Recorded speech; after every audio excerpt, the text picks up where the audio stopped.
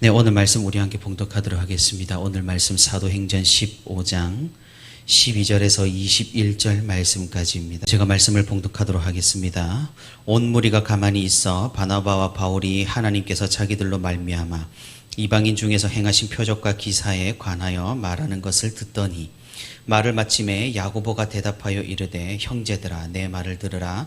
하나님이 처음으로 이방인 중에서 자기 이름을 위할 백성을 취하시려고 그들을 돌보신 것을 시므온이 말하였으니 선지자들의 말씀이 이와 일치하도다. 기록된 바 이후에 내가 돌아와서 다윗의 무너진 장막을 다시 지으며 또 그 허물어진 것을 다시 지어 일으키리니 이는 그 남은 사람들과 내 이름으로 일컬음을 받는 모든 이방인들로 주를 찾게 하려 함이라 하셨으니 즉 예로부터 이것을 알게 하시는 주의 말씀이라 함과 같으니라.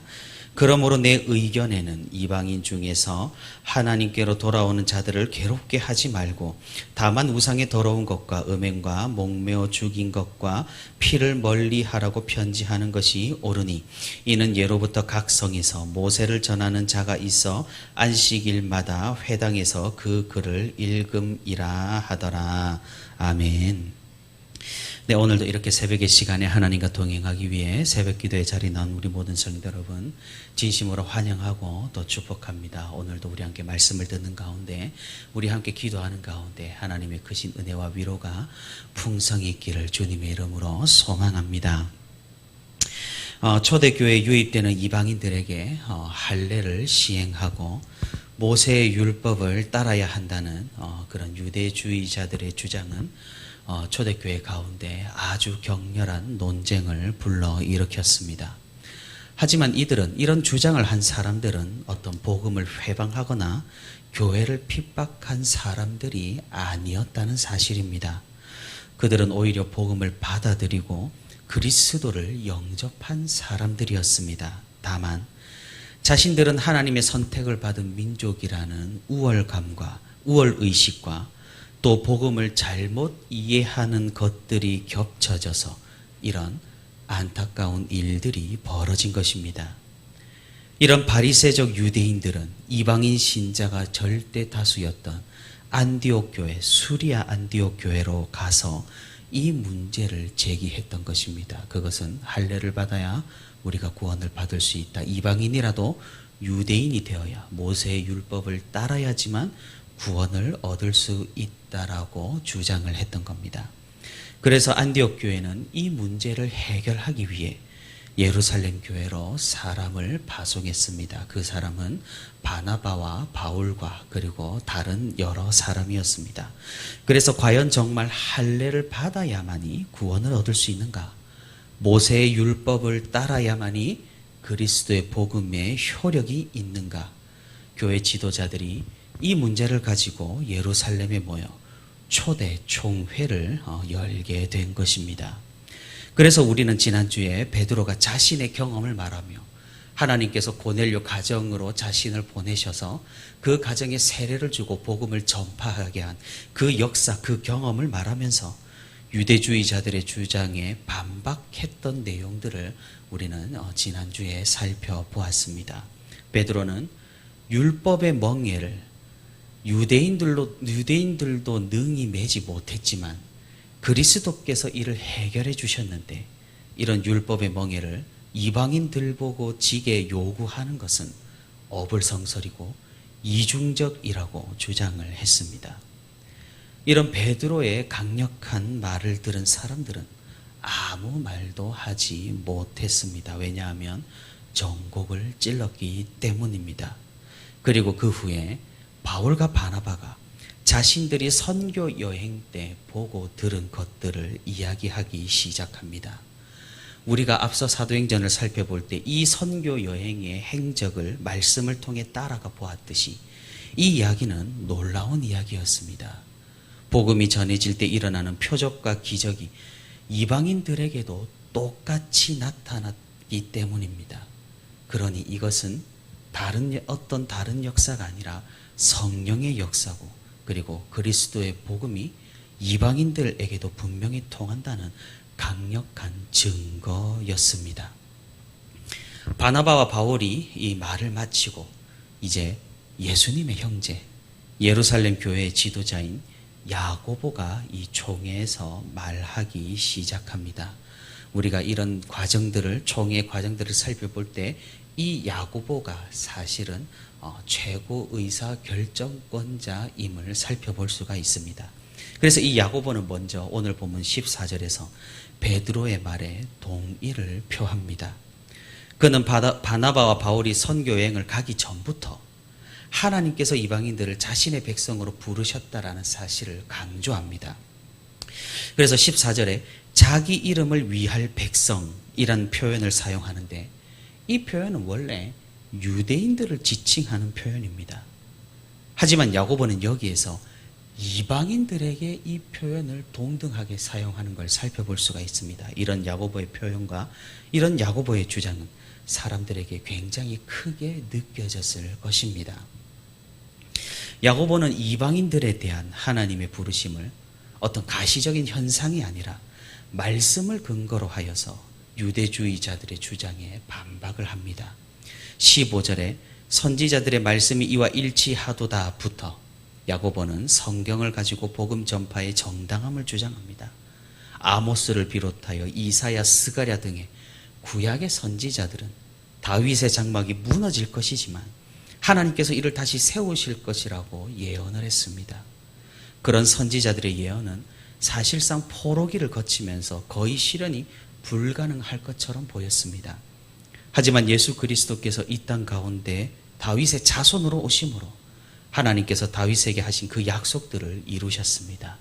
십자가와 부활을 통하여서 그분은 다윗의 장막을 다시 세우시고 영광 가운데 회복을 명하셨습니다. 그 장막은 유대인에게만 해당하는, 유대인에게만 특별히 내려진 은총이 아니었습니다. 그리스도께서 이루신 회복은 만민을 향하였고, 이런 예언의 성취는 지금 이방인들에게도 일어나는 복음의 역사가 증명을 하고 있는 것입니다. 그래서 야고보는 18절까지 이 사실을 이야기하면서 율법을 지키는 강제성을 제외한다면 이방인들의 구원은 구약 성경의 예언들과 모순되지 않고 일치한다라는 점을 주장하고 있습니다. 그런데 문제는 율법입니다. 이방인들이 구원을 얻는다는 것은 이렇게 구약 성경에도 예언된 일이었습니다. 하지만 모세의 율법을 지키는 것에는 논쟁의 여지가 있다라는 겁니다. 야고보는 교회의 지도자였습니다. 그에게는 신자들을 이끌 책임이 있었고 하나님의 말씀을 올바르게 판단할 의무가 있었습니다. 바리새인적인 유대인들이라고 무조건 적이 아님을 잘 알고 있었고, 그들도 하나님께서 사랑하시는 성도라는 것을 인지하고 있었습니다. 다만 그들은 잘못 알고 있었고 이미 그리스도로 해방되었지만 여전히 옛것에 사로잡힌 바 된 불쌍한 존재라는 것도 이해했을 것입니다. 사실 그렇습니다. 우리도 마찬가지일 수가 있습니다. 우리가 복음으로 회심하고 복음으로 돌아오고 또 복음으로 영접을 했지만 우리도 여전히 이때까지 살아왔던 문화적인 것들, 사회 통념과 기존의 관습을 한 번에 버리기는 매우 어렵습니다. 여전히 유교 문화가 남아있고 관계 가운데 상처들이 남아있으며 이전에 나의 자랑이 되었던 것을 참아 버리지 못하는 그런 것들이 우리에게 분명히 있을 수가 있는 것입니다. 그렇게 본다면 유대인들도 마찬가지였던 것이죠. 사실 그들은 불쌍한 존재였습니다. 어쩌면 인정을 받고 싶어하고 어쩌면 이방인들의 활발한 활동에 질투를 느껴서 괜히 반대하고 싶기도 하고 또 자신들이 그토록 믿어왔던 것을 한 번에 버리기가 너무나 힘들어서 자기 생각에 옳다는 것을 주장하고 있는 것입니다. 야고보는 아주 현명하게 이를 대체합니다. 19절부터 야고보는 자신의 의견을 분명하게 천명합니다. 그것은 이방인들이 하나님께로 돌아오는데 그들을 율법으로 괴롭히지 말라라는 분명한 거절의 의사입니다. 베드로의 주장과 바울의 주장에 동의하면서 이미 그리스도께서 이루신 율법의 멍에를 이방인들에게 씌울 수 없다라고 말합니다. 하지만 그럼에도 하나님 앞에 경건하고 구별되고 성별된 모습을 보여야 한다고 이야기합니다. 그래서 오늘 본문 20절에 우상의 더러운 것과 음행과 목매어 죽인 것과 피를 멀리하는 것은 이방인들이 그래도 지켜야 한다라고 말하고 있는 것입니다. 왜 그런고 하니 우리가 이미 살펴봤듯이 이방인들이 사는 이스라엘 이외의 지역에도 유대인 회당들이 있어서 그곳에서 모세의 율법이 전파되기 때문입니다. 계속해서 복음이 전파되기 위해서는 그 회당을 통하는 것이 사도 바울이 사용하는 주된 선교 전략이었습니다. 하지만 이 유대인 회당에서 말하는 것, 모든 것을 부정하기만 한다면 복음과 율법이 충돌하는 것처럼 상충하는 것처럼 보여질 수 있기 때문입니다. 그리고 또한 하나님의 백성은 거룩하여 구별된 거룩한 백성입니다. 제 아무리 복음으로 영접했다고 하더라도 이방인의 관습과 이방인의 문화를 그대로 계속해서 답습한다면 그것은 복음적인 삶과 거리가 있는 것은 분명했습니다. 그러니 영접한 이방인들도 그들의 삶을 정리하고 복음적인 삶으로 살아야 할 것을 야고보는 지금 주장하고 있는 겁니다. 사실상 야고보는 그리스도의 건덕을 이야기합니다. 유대인들은 이방인들이 복음으로 완전히 변화되기까지 인내를 가지고 기다려주며 자신들이 지켜온 율법을 지키지 않는 모습을 보인다 하더라도 관용과 용납으로 헤아려 주라는 것입니다. 그것이 구원을 담보하지 않기 때문입니다. 그리고 이방인들은 그들의 삶 가운데 교회에서 함께 공동체 생활하는 가운데 유대인들의 양심에 거리낄 수 있는 행동을 삼가고 거룩한 성도의 모습을 항상 염두에 두며 살아가라고 하는 것입니다. 이것은 그리스도인이 가질 수 있는 최고의 선입니다. 자신의 양심에 거리낌이 없다고 하더라도 다른 사람들을 위해 참고 하지 않는 것. 야고보는 교회 공동체를 이런 건덕의 가치로 하나 되게 했던 것입니다.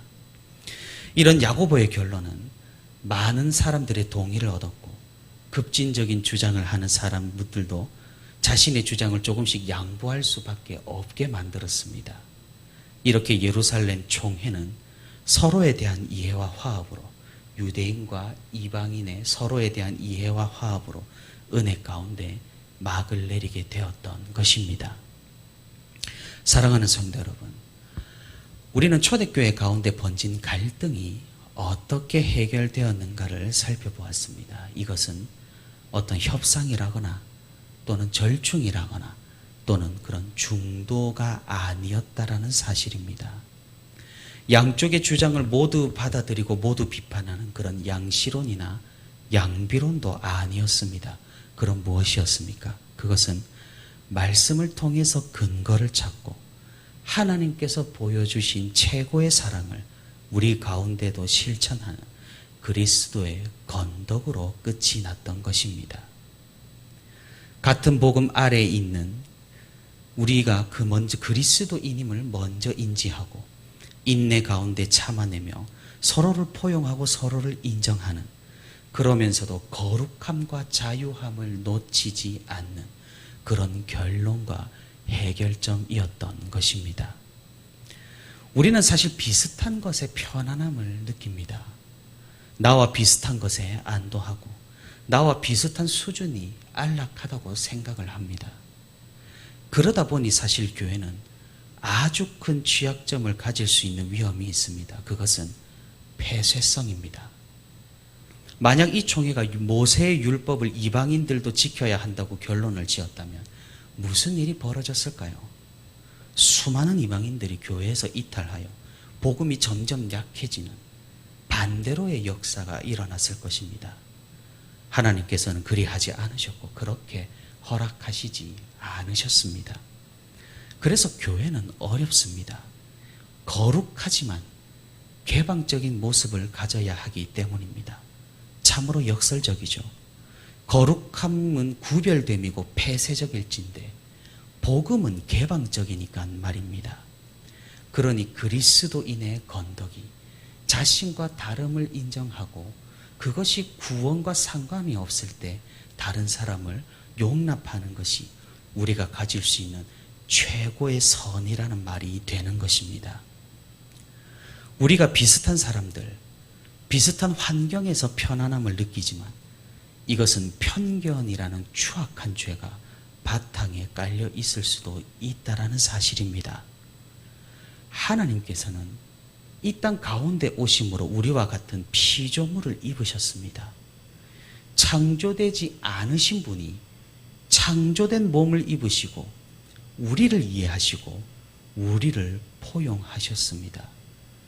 그러니 복음은 모두에게 평등합니다. 하나님께서는 편견이 없으십니다. 이보다 더 큰 이해와 사랑을 우리가 어디에서 찾아볼 수 있겠습니까? 우리 가운데에서도 우리가 그리스도를 믿음으로 그리스도와 함께함으로 우리 주변을 더욱 이해하고 더욱 포용하고 우리가 건덕을 세울 수 있기를 바랍니다. 비슷해서 편안하고 똑같아서 안락한 것이 아니라 같은 복음 가운데 있으니 편안하고 같은 그리스도를 믿으니 안락한 그런 관용과 인내가 우리 가운데 있기를 바랍니다.